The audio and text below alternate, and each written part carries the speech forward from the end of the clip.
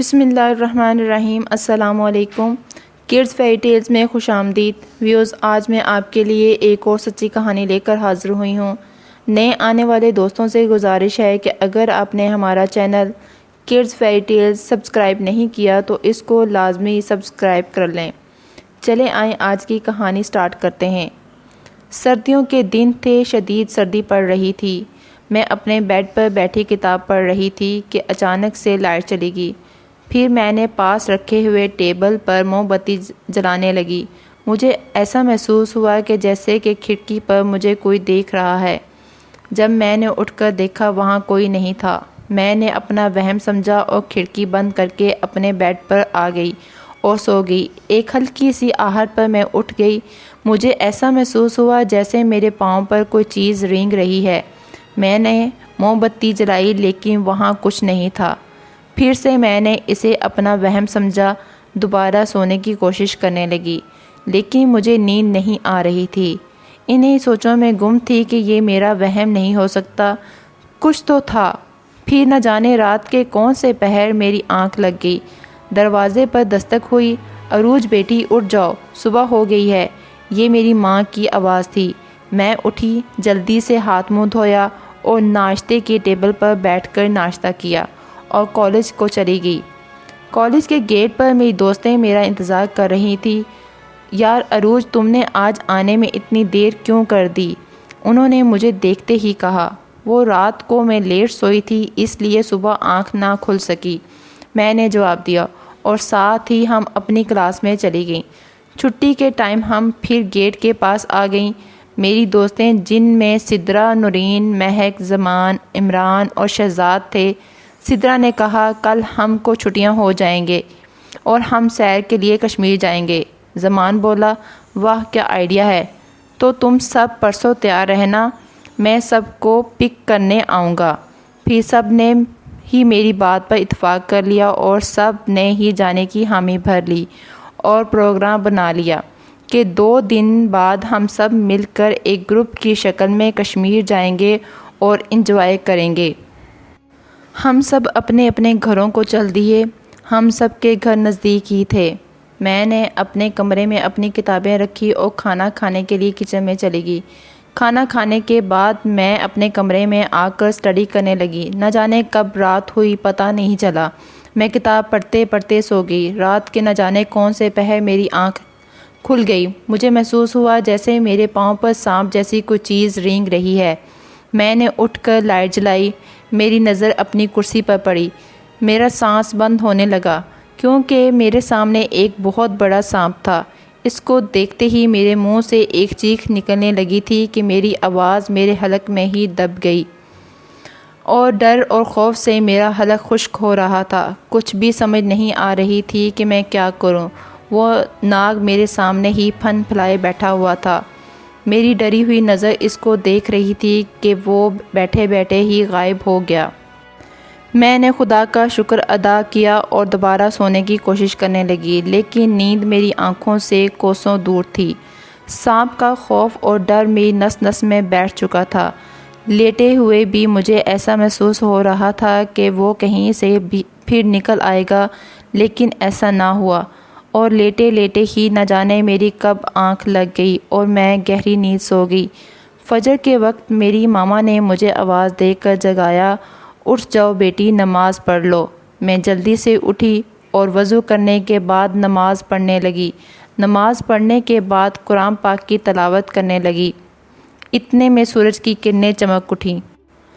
میں نے ناشتہ کیا اور کالج چلی گئی۔ روز کی طرح گیٹ کے پاس سب دوست میرا ویٹ کر رہے تھے۔ پھر ہم سب اپنے پیریڈ کے لیے چلے گئے۔ آج ہم کو چھٹیاں ہونی تھی۔ ہم سب ہی بہت ہی خوش تھے کیونکہ ہم نے کشمیر جانے کا پلان بنا رکھا تھا اور ہمارا کالج میں لاسٹ دن تھا۔ سب ہی پڑھنے میں مگن تھے لیکن میرے دل میں رات والا واقعہ تھا۔ میں ناگ کا میرے کمرے میں آنا، اپنے پھن پھلا کر مجھے گھورنا مجھے رہ رہ کر یاد آ رہا تھا۔ خیر میں بھی اپنی پڑھائی کی طرف متوجہ ہو گئی۔ پھر ہمیں چھٹیاں ہو گئی اور ہم سب ایک لان میں جا بیٹھے اور پلان بنانے لگے۔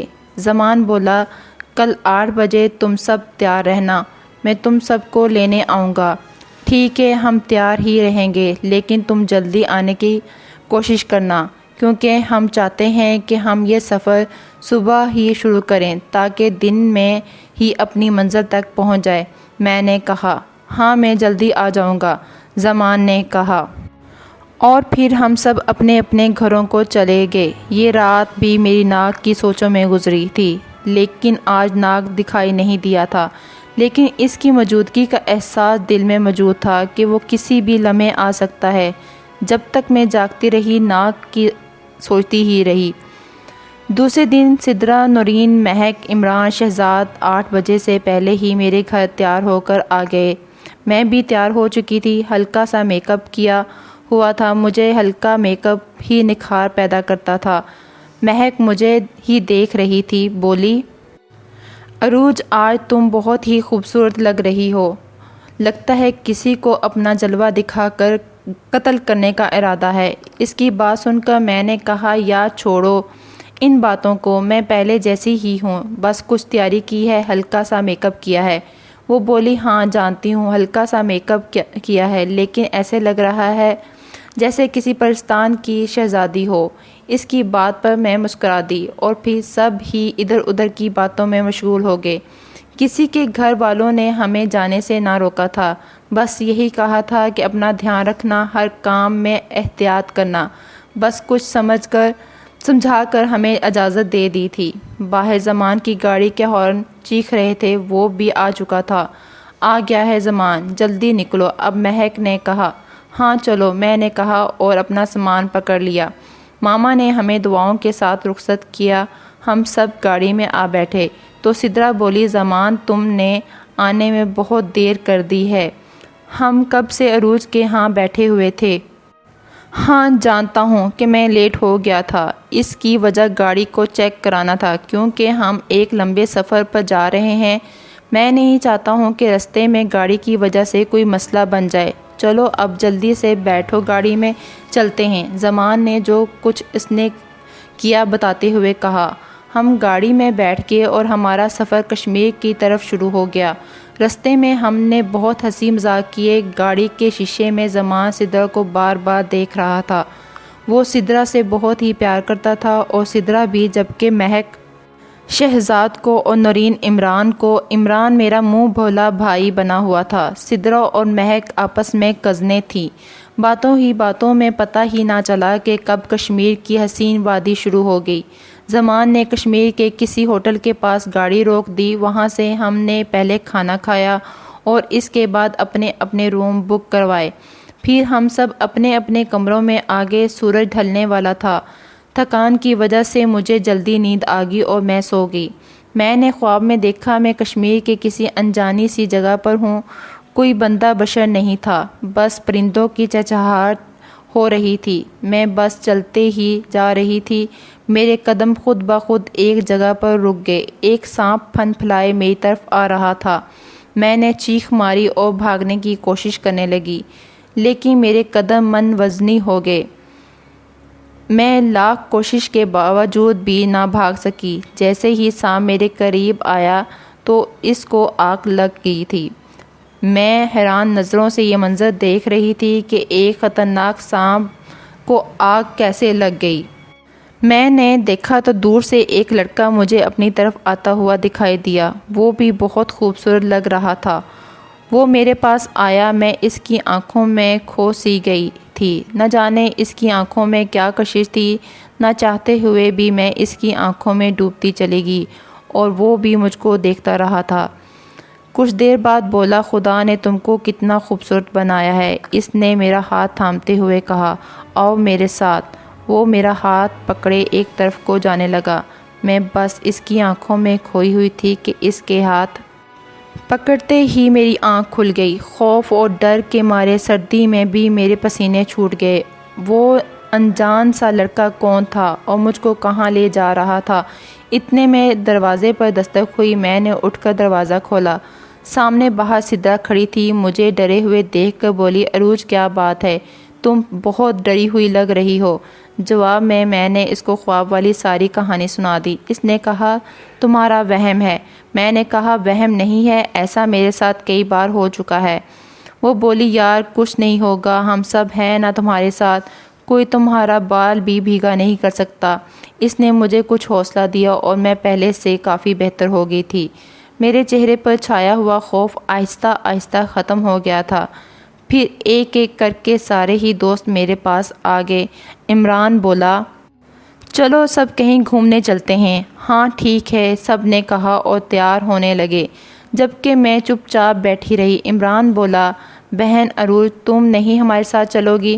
میں نے کہا نہیں بھائی، میں ٹھیک نہیں ہوں۔ سدرا بولی عروج تم بھی ساتھ چلو گی ورنہ ہم سب بھی نہیں جائیں گے۔ زمان بولا سدرا ٹھیک کہہ رہی ہے، تم نہیں چلو گی تو کوئی بھی نہیں جائے گا۔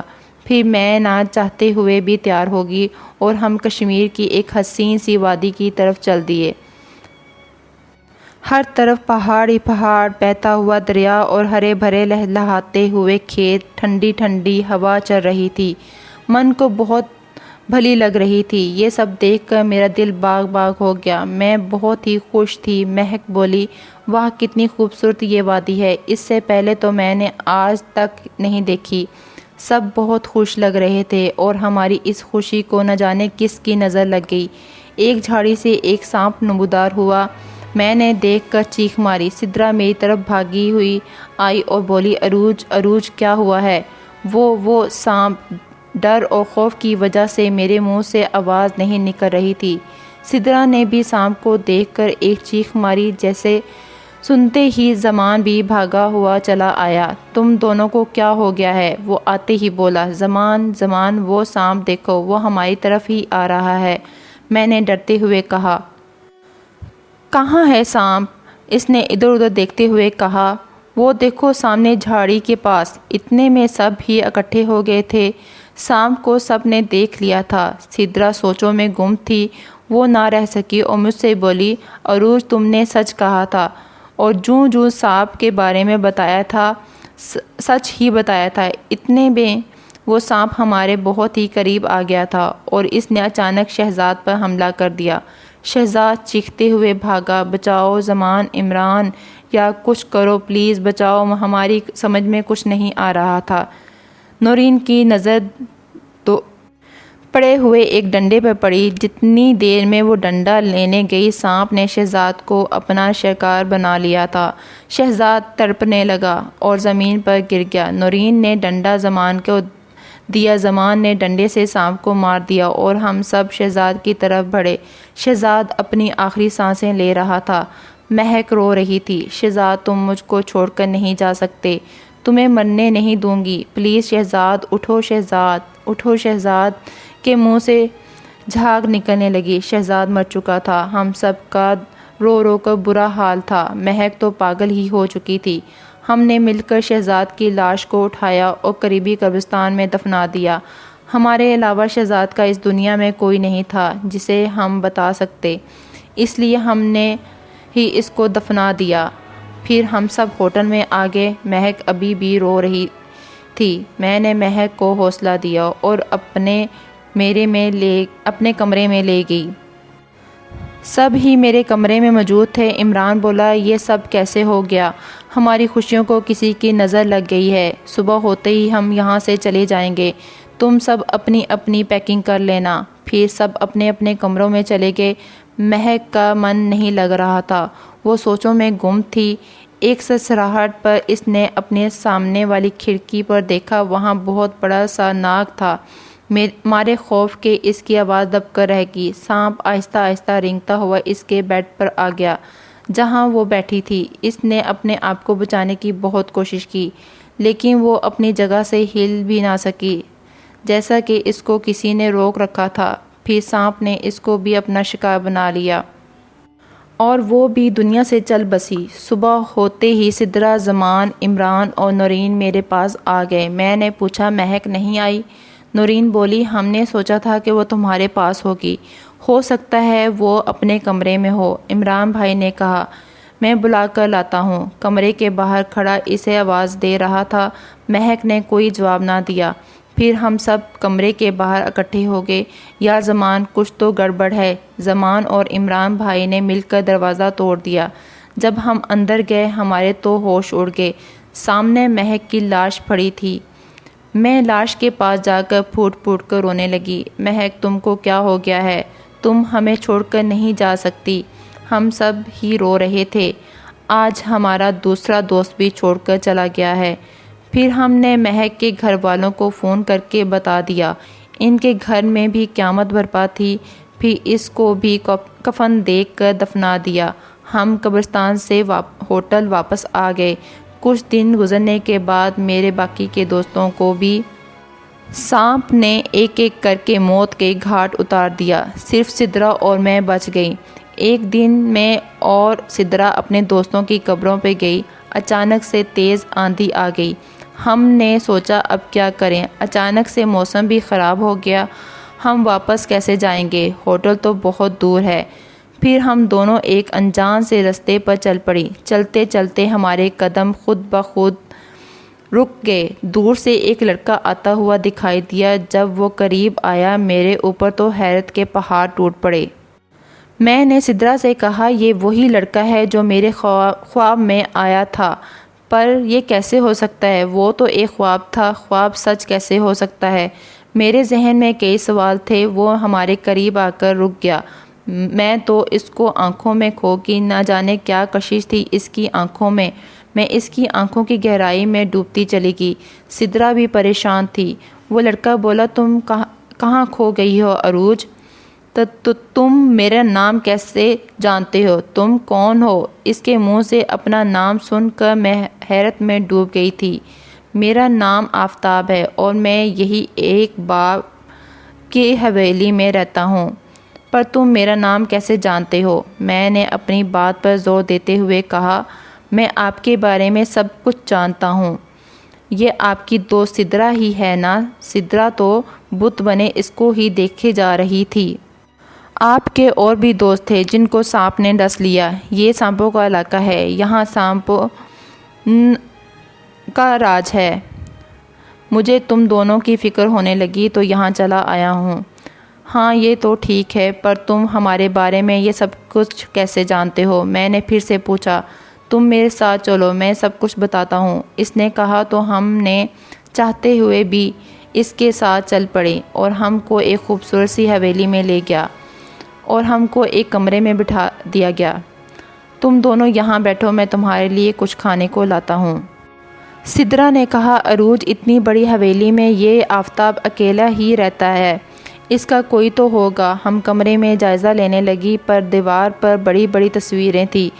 ہم تو دیکھ کر حیران رہ گئی۔ وہ تصویریں سانپوں کی تھی۔ ہمارے تو خوف کے مارے پسینے چھوٹ گئے۔ اتنے میں آفتاب کھانا لے کر آ گیا۔ ہم کو ایسے پسینے میں شرابور دیکھ کر بولا تم اتنی گھبرائی ہوئی کیوں ہو؟ میں نے کہا یہ تصویریں۔ وہ میری اس بات پر اداس سا ہو گیا۔ اس نے کہا پہلے تم کھانا کھا لو، پھر سب کچھ بتاتا ہوں۔ ہم کھانا کھانے لگی۔ کھانے کے بعد میں نے کہا ہاں آفتاب بتاؤ اب اپنی کہانی۔ میری بہت لمبی کہانی ہے۔ وہ غمگین ہو گیا تھا۔ ہاں بتاؤ۔ ہم دونوں اس کی طرف متوجہ ہو گئی تھی۔ وہ گہری سوچ میں ڈوب گیا تھا۔ پھر اس نے ایک گہری نظر مجھ پر ڈالی اور بولا اصل میں ایک ناگ ہوں، پر تم دونوں کو ڈرنے کی ضرورت نہیں ہے۔ میں تم دونوں کو کچھ نہیں کہوں گا۔ یہ جو تم نے تصویریں دیکھی ہیں یہ میرے ماں باپ کی ہیں۔ ہم ایک عشاداری فیملی سے تعلق رکھتا ہے۔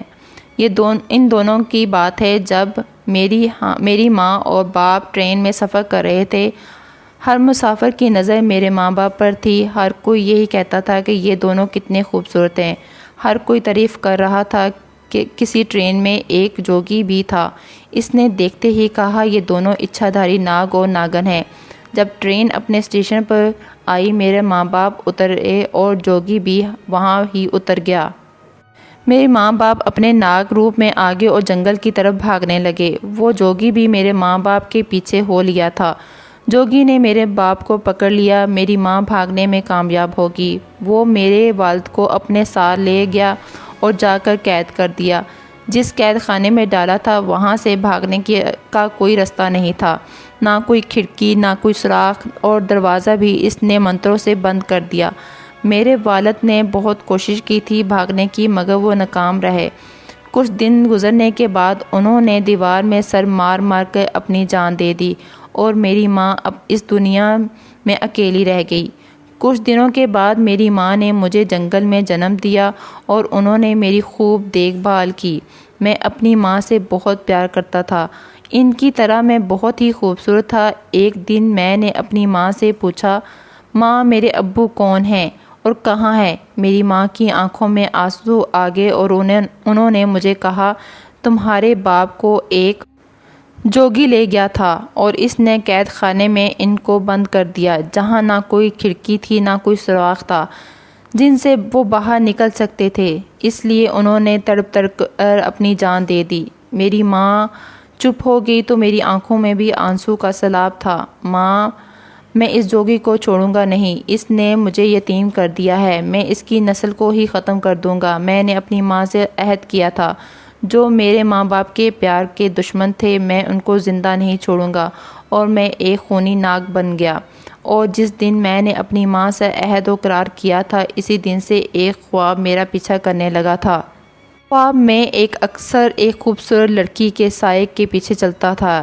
اس سائے کا ملن کبھی کبھار اتنا پرکیف ہوتا کہ میں نیند کی گہرائی میں گہری نیند سویا رہتا، یہی دعا کرتا کہ یہ خواب کبھی بھی ختم نہ ہو، اور کبھی اس سائے کے دور جانے سے میری آنکھ کھل جاتی۔ ایک دن میں نے خواب میں دیکھا وہ سایہ مجھے چھوڑ کر جا رہا ہے۔ میں نے اس کو بہت پکارا، لیکن میری آواز اس کے کانوں میں نہیں پہنچ رہی تھی، اس لیے وہ سایہ آگے کو بڑھتا جا رہا تھا کہ اس سے جدائی میری برداشت سے باہر ہوگی، اور میں ایک دم سے چیخا، عروج عروج! وہ کوئی اور نہیں تھا کہ وہ سایہ تمہارا تھا۔ آفتاب نے بے اختیار میرے ہاتھ تھام لیے اور بولا، بالکل ایسے ہی نقوش، گہری جھیل جیسی آنکھیں اور بادلوں سے بھی گہرے تمہارے یہ بال، میں کیسے بھول سکتا ہوں کہ وہ تم ہی تھی عروج، کیونکہ میں جانتا ہوں اس سپنے کو دیکھتے ہوئے 10 برس تک تمہارا انتظار کیا، اور آج تم میرے سامنے ہو۔ سپنے میں تم نے میری آواز نہیں سنی تھی، میری بے چینی اور بے تابی تمہارے قدم نہیں روک سکی تھی۔ تم کو یاد ہے جب تم نے اپنے کمرے کی کرسی پر ایک سانپ دیکھا تھا؟ وہ کوئی اور نہیں، وہ میں ہی تھا، تمہارے خواب میں آنے والا عروج۔ اب میں تم کو کہیں نہیں جانے دوں گا، اور وہ ایک سپنا تھا اور تم ایک حقیقت ہو، میرے 10 سال کا ایک حاصل ہو تم۔ جذبات میں بہتے ہوئے اس کے الفاظ بھی ہم دونوں کو خوف زدہ کر گئے تھے۔ میں نے اپنا ہاتھ اس کے ہاتھوں سے چھڑا لیا۔ آفتاب، تم ایک ناگ اور میں اپنا فکرہ پورا نہ کر سکی، لیکن وہ میری بات کی گہرائی جان گیا تھا۔